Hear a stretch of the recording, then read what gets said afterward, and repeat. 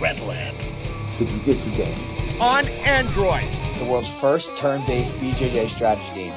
And it's free. I tried it out, I really enjoyed it. If you want to play jiu-jitsu on your phone, keep your game sharp, go check it out. Get on it, GrappleApp. First of all, do not upgrade to GrappleApp Pro unless you are an active grappler with the knowledge and ability to add your own moves into the app. This is a pretty expensive in-app purchase, and I wouldn't want anyone to waste their money on something which may not be of any use to them.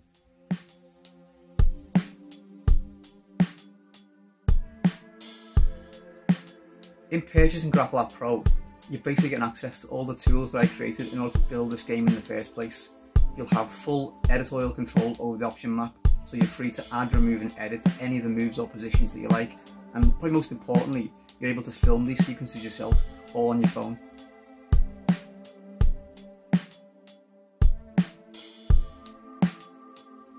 Now, the editor screens, they're not pretty. As something that was never initially intended for public consumption, I didn't spend too much time in making them look nice, so it's something you have to kind of get used to for now. But all the functionality is there and it will do what it's supposed to do. So I'll just do a quick demo now and you'll see what I mean. Right, let's add some moves to the option map now. We'll add some positions and transitions, and the way we're going to do this is to first go into the training screen and then click explore mode in the top right. Now you'll see the option map, which you will be familiar with if you've played the game before or if you've seen any previous videos. But now we've got these additional nodes on the left, which are the pro options, and we're going to use these to edit the option map. The first thing I'm going to do is click edit node and then click the central node, the position, in order to add a transition, a new transition, and then I'm going to call it transition 1.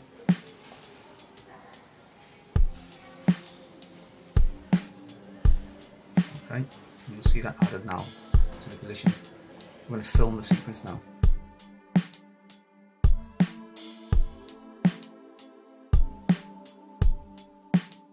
Film sequence, click transition 1. Here's the camera options. Choose 352 by 288 as recommended for processing efficiency.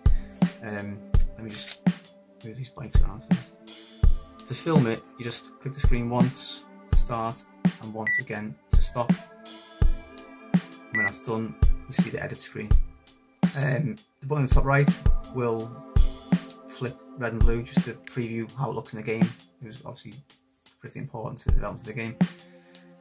There's a lot of other options. You know, you can kind of trim the move sequence to the correct number of frames by dragging these markers up and down, and you've got all the usual kind of stop, play, pause options in the bottom. For now though, that's good enough. When you're ready, when you've finished filming it, just click the tick in the bottom right and that will commit that sequence to that node. I'm now going to edit that node again and add a position at the end of that transition, so that the move has somewhere to go, otherwise the game just thinks it's a submission. So that'll be position top, which is a bit of foreshadowing because there may be a position bottom shortly. And when that's done, that will then be associated to this transition. If I now click on the transition itself, we will see the move sequence we filmed earlier, and then we will land in the position we've just created. I'm now going to add a transition to this node, which will get us back to where we were. So same again, new transition, this will be transition 2. Yep, and I'm now going to film the sequence for that also, very quickly this time.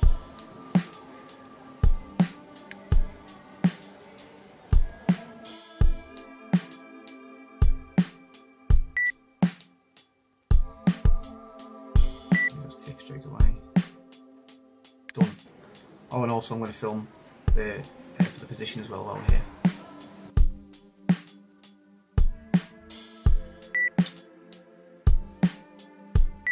Okay, it's done. So I'm going to edit transition 2 and point that back at the original position now. So position's not a new position this time, find the existing one. There it is, both standing. Done. Now when I click on that node, you'll see what we've just filmed, and then that will take us back to both standing.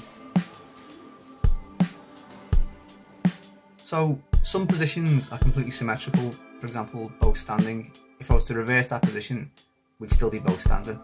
But some of them, well most of them actually, have an inverse. There's a top and a bottom.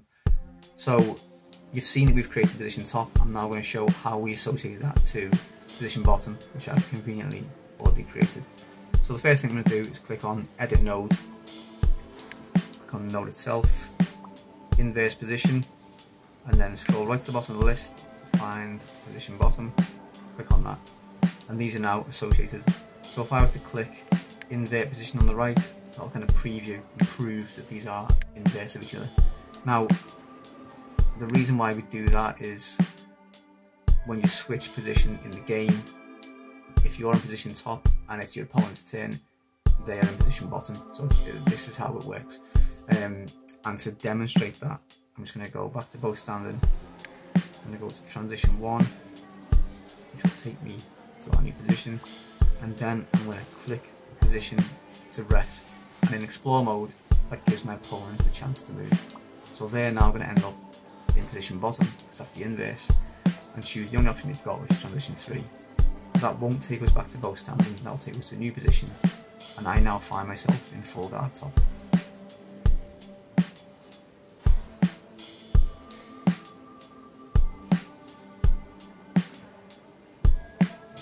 When you're happy with the changes you've made, save the option map.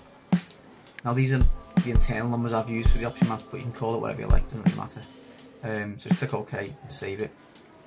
If you're not happy with what you've done and you feel like you might have messed the whole thing up, at any time you can just click reverse option map, and that will just clear the decks and get rid of all your changes, take you back to square one. And that's about it for now really, I think. I've demonstrated enough.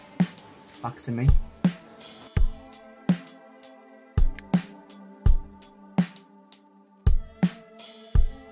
I told you it wasn't pretty, but that's the core use for Pro Mode. So as an ever evolving grappler, you're able to document and record your progress and learnings. You know, straight after class, you learn a new move, stick it in the option map. You never have to worry about forgetting it ever again, and then you can use that to build your own roadmap.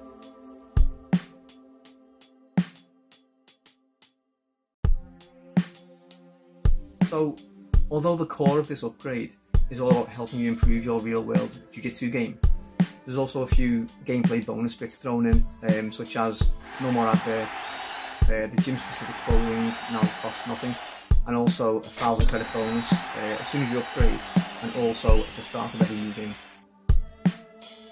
Pro Mode also allows you to add in your own custom sponsors, which on its own isn't that big of a deal, but like I said, I'm releasing all the functionality that I've used to build the game in the first place, and this is just one of those things.